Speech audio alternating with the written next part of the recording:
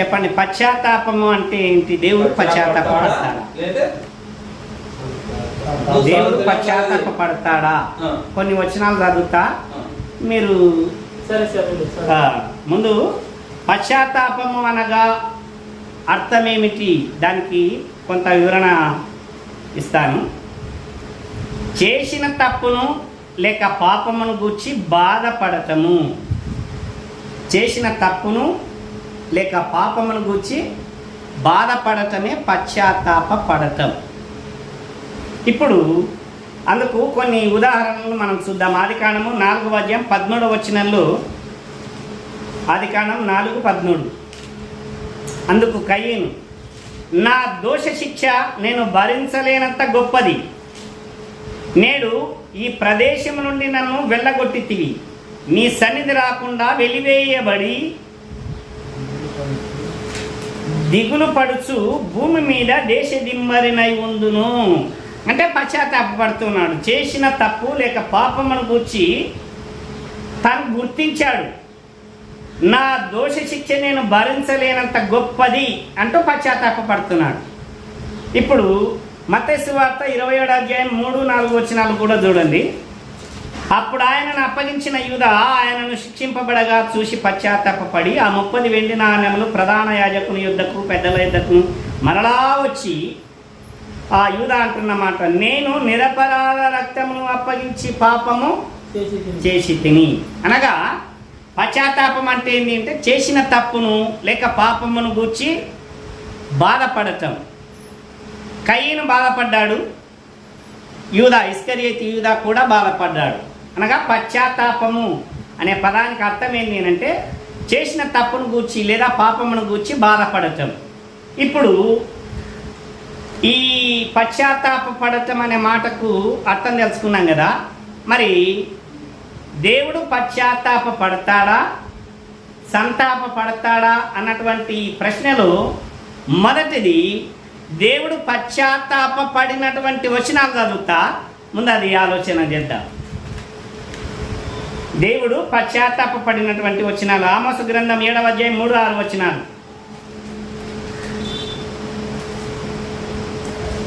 ఆమోసు గ్రంథం 7వ అధ్యాయము 3వ వచనం 6వ వచనంలో ఒకే విధంగా ఉంటుంది ఒక వాక్యము. యెహోవా పశ్చాత్తాపడి అది జరగదని చెప్పెను అని 3వ వచనంలోను 6వ వచనంలోను రాయబడింది. ఆమోసు గ్రంథం 7వ అధ్యాయము 3-6 వచనాలలో. ఇప్పుడు చెప్పండి, పశ్చాత్తాపం అంటే అర్థమైంది ఏమన్నా? పశ్చాత్తాపం అంటే చేసిన తప్పును గూర్చి లేదా పాపమును గూర్చి బాధపడటం, ఒప్పుకోవటం. ఇప్పుడు వినండి, యెహోవా పశ్చాత్తాపడి అంటే దేవుడు కూడా తప్పు చేశాడా లేక పాపం చేశాడా పశ్చాత్తాపడుతున్నాడు? వాక్యము యెహోవా పశ్చాత్తాపడి అది జరగదని చెప్పాడు అని ఆమోసు 7:3-6 వచనాల్లో రాయబడింది. ఇంకో మాటను కూడా చదువుతాను. యోనా గ్రంథం 3వ అధ్యాయము 10వ వచనం. యోనా గ్రంథం 3వ అధ్యాయం 10వ వచనం. ఈ నీనివే వారు తమ చెడు నడతలను మానుకొనగా వారు చేయుచున్న క్రియలను దేవుడు చూసి పశ్చాత్తాప్తుడై వారికి చేయుదును అని తాను మాట ఇచ్చిన కీడు చేయక మానెను అని రాయబడింది. దేవుడు చూసి పశ్చాత్తాపడి వారికి చేయుదును అనుకున్నటువంటి కీడు చేయక మానెను. వినండి, పశ్చాత్తాపం అంటే ఏంది? చేసిన తప్పు లేదా పాపమును గురించి బాధపడటం. దేవుడు పశ్చాత్తాపడ్డాడట ఇక్కడ కూడా. అంటే ఈయన తప్పు చేశాడా లేక పాపం చేశాడా? పశ్చాత్తాపడిని రాయబడింది.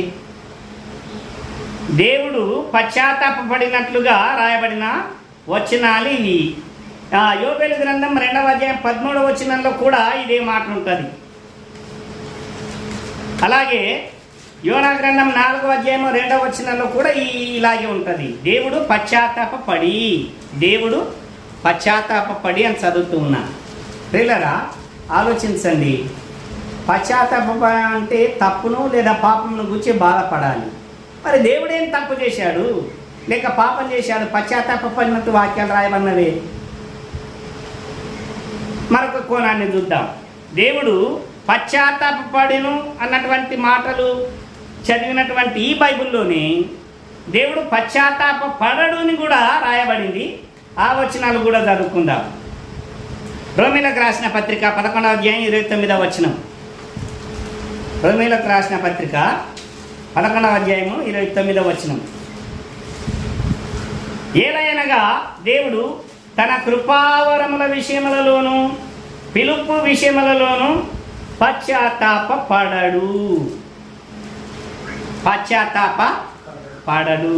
మరొక వాక్యాన్ని చదువుకున్నాం. సంఖ్యాకాండం 23వ అధ్యాయం 19వ వచనం. దేవుడు అబద్ధమాడుటకు ఆయన మానవుడు గాడు, పశ్చాత్తాపడుటకు ఆయన నరపుత్రుడు కాడు. మరొక వచనాన్ని చదువుకుందాం. సమూయేలు మొదటి గ్రంథం 15వ అధ్యాయం 29వ వచనం.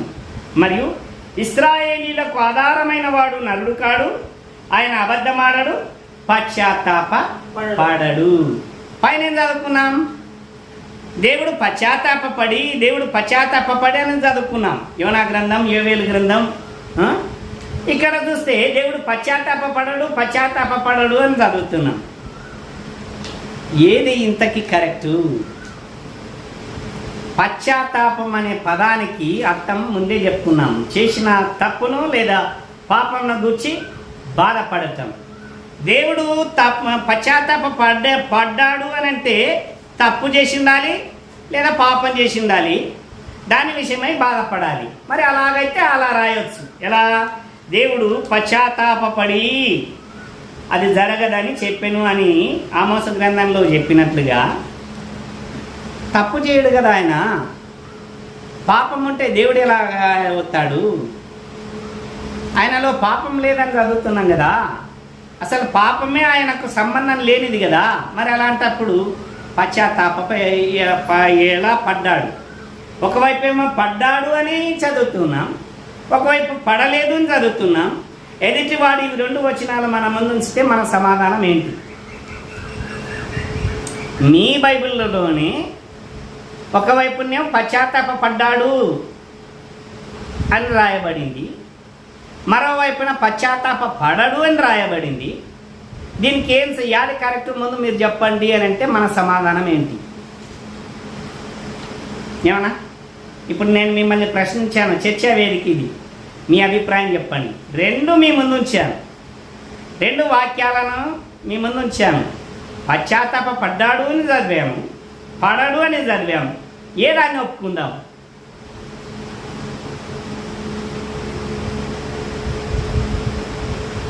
ఇప్పుడు మాట్లాడాలి మీరు.